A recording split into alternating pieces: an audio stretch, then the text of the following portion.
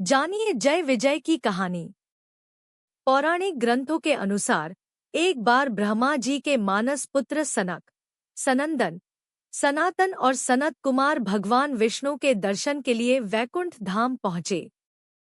तो वैकुंठ के द्वारपाल जय और विजय ने उन्हें रोक लिया। उन्होंने ब्रह्म कुमारों से कहा, रुकिए, अभी भगवान से मिलने का समय नहीं है। हमें किसी को भी अंदर भेजने की अनुमति नहीं है। यह सुनकर ब्रह्म कुमारों ने हैरानी जताते हुए कहा, भला भगवान से मिलने के लिए भी किसी से अनुमति चाहिए होगी? भगवान से तो कोई कभी भी मिल सकता है। इस पर जय विजय ने कहा कि आपकी बात तर्क सम्मत हो सकती है, परंतु हमारे कार्यक्षेत्र से बाहर है। इस क्षण हम आपको अंदर जाने की अनुमति नहीं दे सकते। इस बात से क्रोधित होकर सनक आदि ब्रह्मकुमारों ने जय विजय को धरती पर जन्म मरण के बंधन में गिरने का श्राप दे दिया और वहां से चले गए।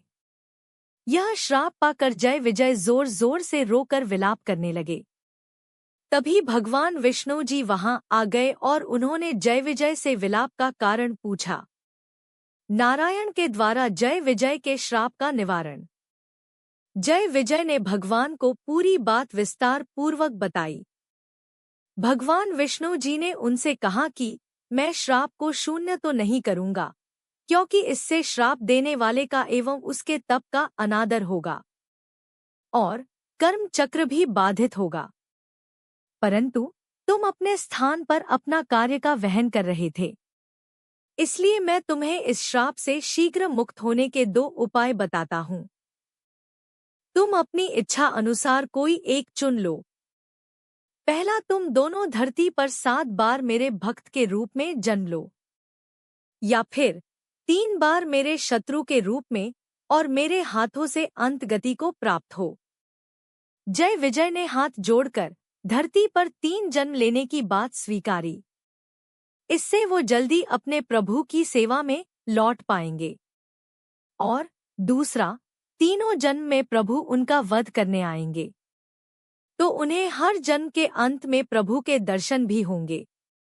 भगवान विष्णु जी उनकी भक्ति देखकर मुस्काए और उनकी इच्छित 3 जन्मों के लिए तथास्तु कह कर चले गए। इसके बाद जय विजय अपने पहले जन्म में हिरण्यकश्यपु व हिरणाक्ष नाम के दैत्य बने। हिरणाक्ष और हिरण्यकश्यपु की कहानी। जब हिरणाक्ष ने एक बार धरती को उसकी कक्षा से बाहर खींचकर ब्रह्मांडीय सागर में छिपाने का प्रयास किया था, तब भगवान विष्णु ने वराह अवतार लेकर उसका वध किया और धरती को पुनः उसके स्थान पर स्थापित कर दिया। अपने भाई की मृत्यु से हिरण्यकश्यपु को बहुत क्रोध आया और ब्रह्मदेव से कई तरह के वरदान पाकर वह स्वयं को अमर समझने लगा और भगवान की सत्ता को नीचा दिखाने का हर संभव कार्य करने लगा।